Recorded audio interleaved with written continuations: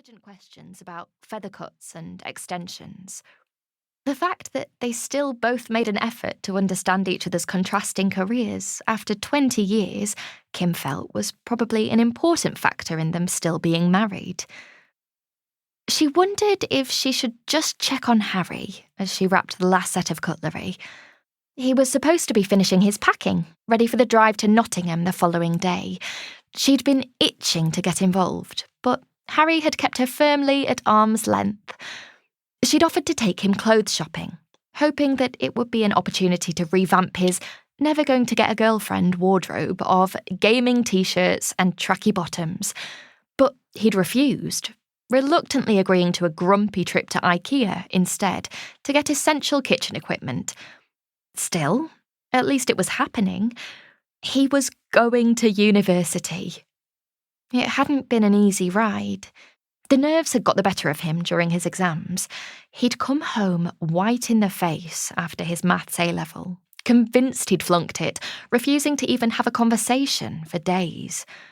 He'd thrown up the morning the results came out, declining to let his mum accompany him to school to discover his fate. He'd not flunked it, but he'd not got what he'd needed to get into his preferred choice, so had embarked on the nerve-wracking process of going through clearing. After a nail-biting couple of days, he received an offer from Nottingham Barton University to study chemistry, following in his dad's footsteps, albeit not quite in the illustrious surroundings of Durham, where Richard had excelled. Kim, however, had been overjoyed. Her son going to university, the first of her family line ever to proceed to higher education. It was a proud, proud day. Though watching her son nearly screw up the opportunity had brought back memories of her own teenage years. She'd stayed on to do A-levels, but then had fallen under the spell of a bad boy, Eddie, and partied too hard with him to achieve what she needed to get into higher education. Not particularly caring at the time because she was in love, she grasped hold of an apprenticeship at the hairdresser's where she was a Saturday girl, and never looked back.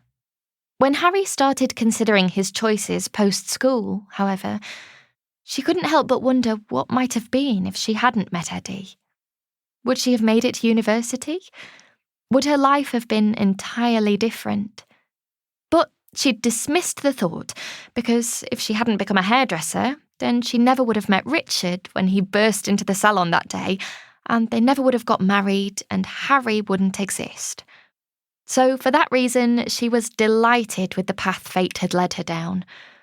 In any case, now her son was going to university, she hoped that she could at least enjoy a small part of the experience through him. She looked up as she heard heavy footsteps down the hall and hoped it was Harry showing signs of completing his packing. "Are you nearly done yet?" she asked him. "Can I do anything to help?" "I'll do it later, Mum. Stop fretting," he replied, helping himself to a can of Coke Zero lined up on the breakfast bar ready for the party. She sighed. She knew that she needed to let him do it. He was about to leave home. She wasn't going to be there to do anything for him after tomorrow. Her tall, skinny, scruffy Harry was going to have to work out the practicalities of life all by himself. She wondered if she dared ask him to just give the downstairs loo a quick clean before the guests arrived. Probably not. He'd make a right mess of it. Harry was staring down at his phone. "One of the other guys in my house has already arrived in Nottingham," he said. "He's put on the group WhatsApp that the house is really grim. Reckons there are no en-suites." "No en-suites?" asked Kim. "Does he think he's moved to the Ritz or something?" "I think he's pretty posh, actually. His name's Angus, and he went to a private school somewhere up in Scotland. Reckons he'd never heard of Nottingham before he got a place through clearing. He's going to be a total nightmare to live with." Kim looked at her son. He didn't seem overly enthusiastic about his departure to Nottingham tomorrow.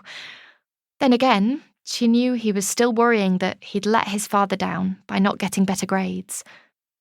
"It's meant to be," said Kim firmly, a great believer in fate. "You were meant to go to Nottingham all along. Amazing things..."